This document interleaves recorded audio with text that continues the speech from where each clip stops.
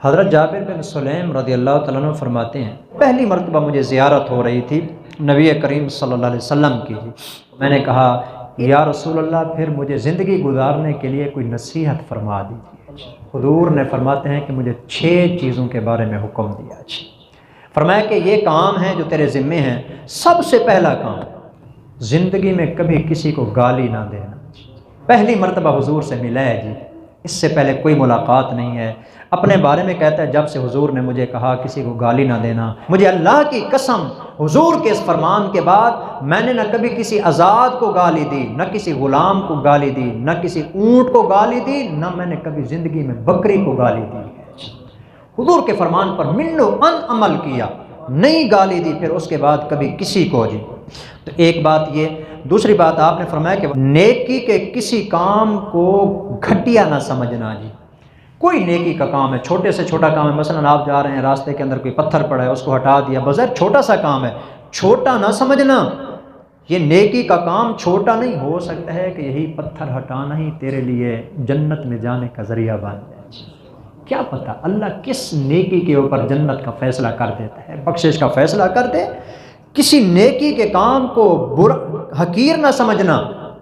तीसरी बात आपने इस्लाम ने इरशाद फरमाई, आइंदा जिससे भी बात करना ना, ज़रा उसके साथ मुस्करा के बात करना, मुंह बना के बात नहीं करनी, खंदा पेशानी से उसके साथ बोलना है।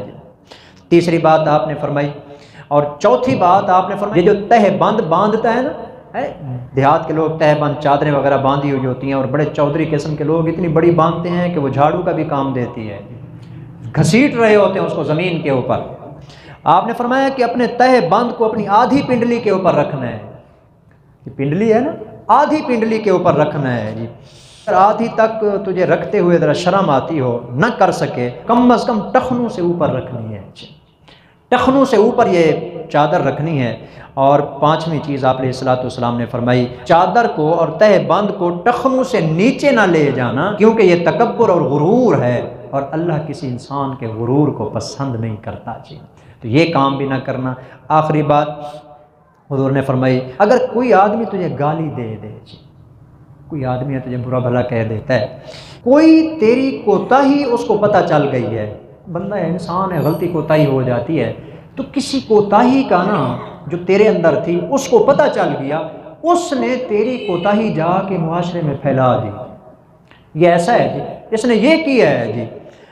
आपने इस्लाम ने फरमाया, अगर वो तुझे बुरा भला कहे और तुझे ऐब इल्ज़ाम लगाए किसी तेरी उस कोताही की वजह से जो तेरे अंदर पाया जाता है, अब उसकी भी कोई कोताही तेरे हाथ लग गई है, इस मौके पर वैसे होता क्या है जी, ये बंदा जो है ना इसको बदनाम कर रहा है, मुआशरे के अंदर बुरा भला कह रहा है, इसने ये किया, इसने ये किया, अब इसको भी उसकी कोई कोताही हाथ लग गई है, अब ये भी तो उसको बदनाम कर सकता है ना। आपने फरमाया कि उसने तो कर दिया तुझे बदनाम, तुझे नसीहत करता हूँ उसकी कोताही की वजह से तू उसको बदनाम न करना चाहिए। ये बड़ी कमाल की उरूज की बात है, ये मुमकिन ही नहीं है कि कोई बंदा ऐसा करे जी। आजकल हर बंदा दूसरे की इज्जत उछालने पे लगा हुआ होता है, जबकि यहाँ पर आप इस्लाम फरमाते तुझे पता भी चल गया कि उसके अंदर ये कोताही मौजूद है, कभी भी उसको ये काम, कभी भी उसको इसकी वजह से आर ना दिलाना, उसको बुरा भला ना कहना।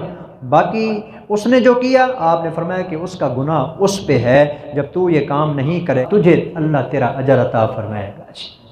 ये बड़ी कमाल की बात है। तो ये चंद बातें हैं जो आप इस्लाम ने उसको पहली मुलाकात के अंदर इरशाद फरमाई थी, चूँकि अमली ज़िंदगी से मुताल्लिक़ है, हर एक इंसान को इन पर अमल करना चाहिए। अल्लाह हमें भी इन पर अमल करने की तौफ़ीक़ अता फरमाए।